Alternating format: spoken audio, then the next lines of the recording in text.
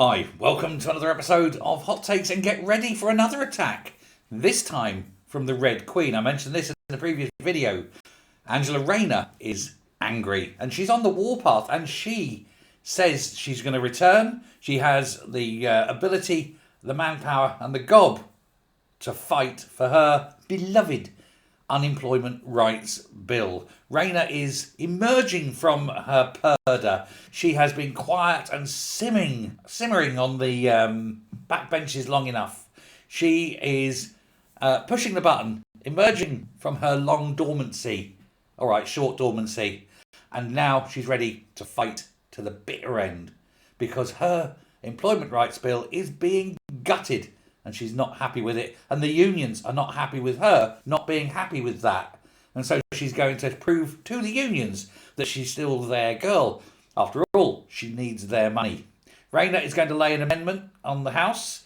This is tomorrow to speed up the bill with a reduced qualifying period of 6 months down from 2 years. Proposed for as soon as early 2026. Initially, if you wanted full rights as an employer, or as an employee, you had to wait two years as employer to be employed rather before you could do anything.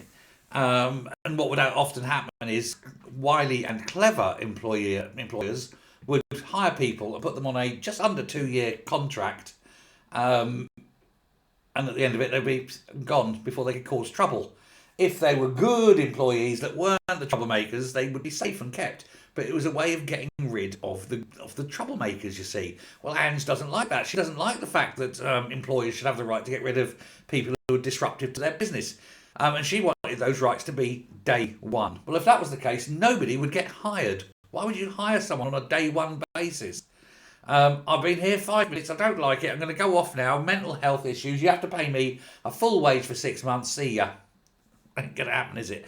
So she's going to compromise. She's going to take it down to 6 months. Presumably, that's after contacting the unions to see what they could stomach. I feel 6 months is probably about as much as they're going to stomach anyway. Now, this compromise has reportedly been accepted by the unions, mostly. If you understand that, well done. And there's still this anger, a lot of anger that's still bubbling under the surface on the backbenches over the dilution of the day one rights bill. But if they can be, forced through to it, swallow the pride for a 6 month wait, it means that you can't, or you can still be fired up to 6 months. But after 6 months, you get the rights for chasing unfair dismissal. Do you know you can't be fired? If before 2 years, if you're just fired on a whim, there's literally nothing you can do about it. You cannot go with unfair dismissal until you've been there 2 years. But what do you want? Employers have got to be fluid and flexible. You can't destroy a business employing 100 people and putting 100 people on the dole just because of one obnoxious little shit. But Rayner's return now, I think, is buoying her up. She's got former not former colleagues. They're still her colleagues, aren't they? But where she was formerly, are all G'd up by this as well. They want the return of the Red Queen. Now, I'm going to suggest it's more that she's returning in fact, rather than what she's returning for, that will excite them. Because they think that if she comes back, it'd be easier to oust Starmer and put her in charge of the party. That seems to be what's happening. Justin Matters, he was with her. He was an employment minister. He's capitalising on this. He's out there pacing around his stomping ground. She's said to have met a number of MPs, including him, to discuss the matter over the last few days.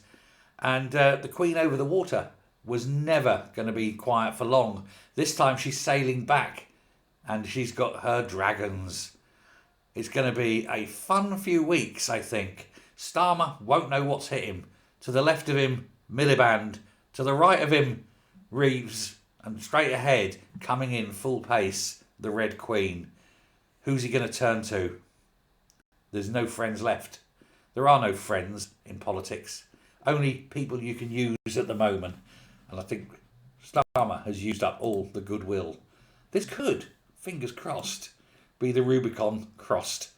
And I think at that point, if it happens, he will have to go very quickly. They're going to use the budget as the excuse, but everyone sees that it's over, except him, and even probably he does. He just doesn't want to give it up, because he's never going to give it up. He's never going to let you down. Let me know what you think. Thanks very much. Speak later.